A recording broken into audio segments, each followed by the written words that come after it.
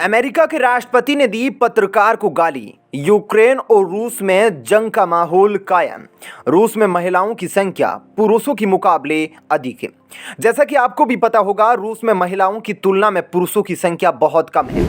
बहुत लोगों के मन में ऐसा सवाल चल रहा होगा कि आखिर इसके पीछे वजह क्या है कि वहां के पुरुषों की संख्या कम है और महिलाओं की संख्या ज़्यादा है। तो आज के इस वीडियो में हम आपको ये बताएंगे और जानेंगे यूक्रेन और रूस का जो मामला है वह कितना आगे बढ़ चुका है। साथ ही अमेरिका के राष्ट्रपति जो बाइडेन ने एक पत्रकार को गाली भी दी है, उसके बारे में भी जानेंगे। तो वीडियो को शुरू से लेकर आखिर तक जरूर देखिएगा। तो चलिए बढ़ते हैं वीडियो की तरफ। इसके पीछे वैसे तो दो प्रमुख कारण हैं। पहला कारण, प्रथम विश्व युद्ध में 20 लाख पुरुष मारे गए और दूसरे विश्व युद्ध में भी पुरुष ही ज्यादा मारे गए, जिसकी वजह से वहां पर शुरू से ही महिलाएं ज्यादा है। इसके पीछे मुख्य कारण यही है कि यहाँ पर शुरुआत से ही औरतों की संख्या ज्यादा है और दूसरी तरफ यूक्रेन और रूस के युद्ध के बादल घने होते जा रहे हैं। रूस ने यूक्रेन से जुड़ी थल सीमा पर 1 लाख से ज्यादा सैनिकों की तैनाती के बाद समुद्र में भी घेराबंदी शुरू कर दी है। इन सब के बीच एक सवाल यह भी उठ रहा है कि आखिर पुतिन यूक्रेन पर हमले के लिए इतना उतारू क्यों है।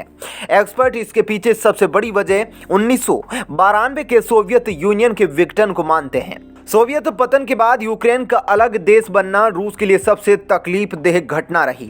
पुतिन यूक्रेन को फिर से रूस में मिलाकर इतिहास बदलना चाहते हैं। पुतिन रूसी राष्ट्रवाद का नायक बनना चाहते हैं। 2014 में क्रीमिया पर कब्जे के बाद अब यूक्रेन पर रूसी हमले का खतरा सबसे ज्यादा बढ़ गया है। हाल ही के सालों में यूक्रेन का पश्चिमी देशों से मेलजोल बढ़ा है।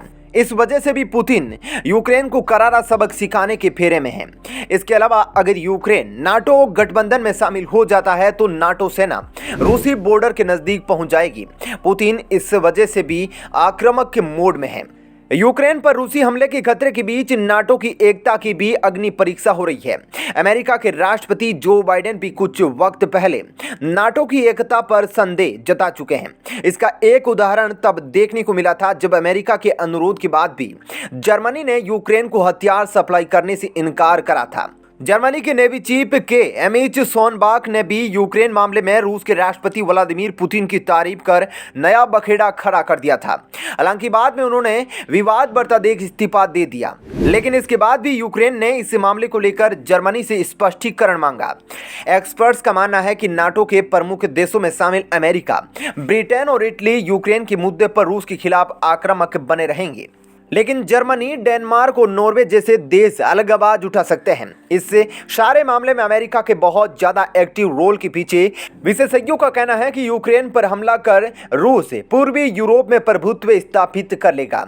यह पश्चिमी लोकतंत्र पर रूसी एकाधिकारवाद की जीत होगी। इससे अमेरिका के हितों को नुकसान होगा। यूक्रेन के दक्षिण पूर्व में स्थित ब्लैक सी में लगे क्रीमिया में रूस ने अपने 6000 सैनिकों के साथ बड़ा वॉर गेम शुरू कर दिया है। क्रीमिया में युद्धाभ्यास वाला इलाका यूक्रेन के चोनहार से सिर्फ 56 किलोमीटर दूर है। रूस ने यूक्रेन थल सीमा पर अपने 25,000 सैनिकों की नई ड्रिल का ऐलान किया है। इस सैन्य अभ्यास में शॉर्ट रेंज बैलिस्टिक मिसाइल यूनिटों का भी शामिल किया गया है। इस यूनिट को शामिल करने को रूस द्वारा यूक्रेन के खिलाफ युद्ध छेड़ने का साफ संदेश माना जा रहा है। रूस के रक्षा मंत्रालय ने इस्कैंडर मिसाइलों रूस के आक्रामक रुख के बाद अमेरिकी राष्ट्रपति जो बाइडेन ने आनन फानन में नाटो के यूरोपीय सहयोगी देशों के साथ वीडियो कॉन्फ्रेंस की। यूरोप में तैनात अमेरिका और नाटो सेनाओं के लिए हाई अलर्ट जारी किया गया।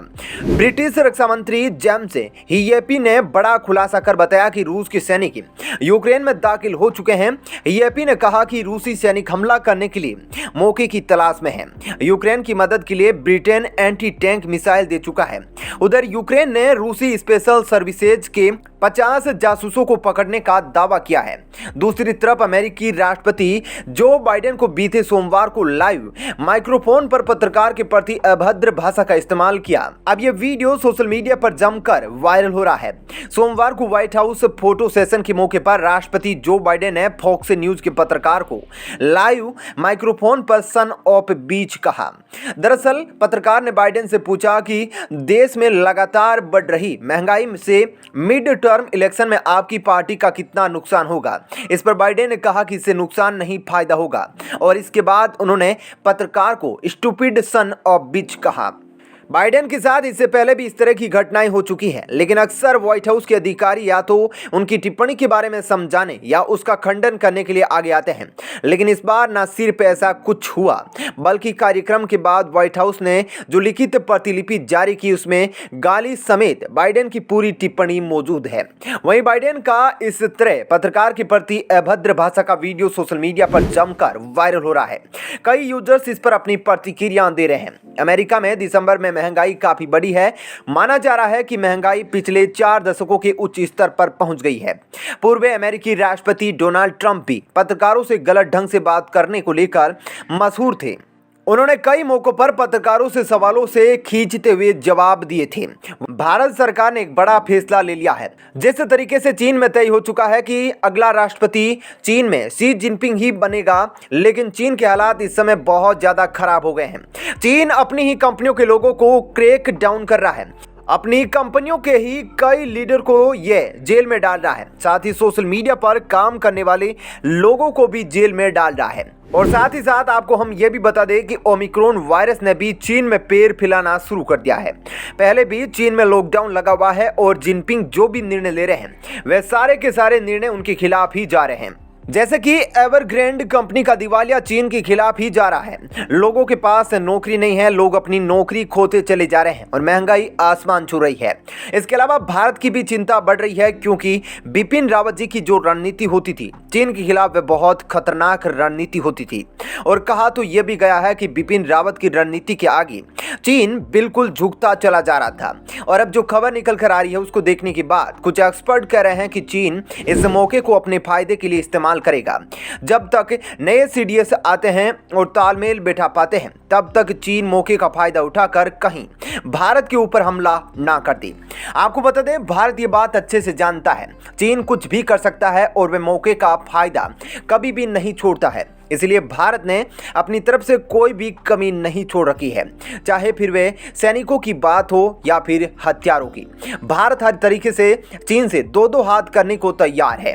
आपको हम बता दें कि साथ ही साथ भारत ने एक बड़ा फैसला भी लिया है।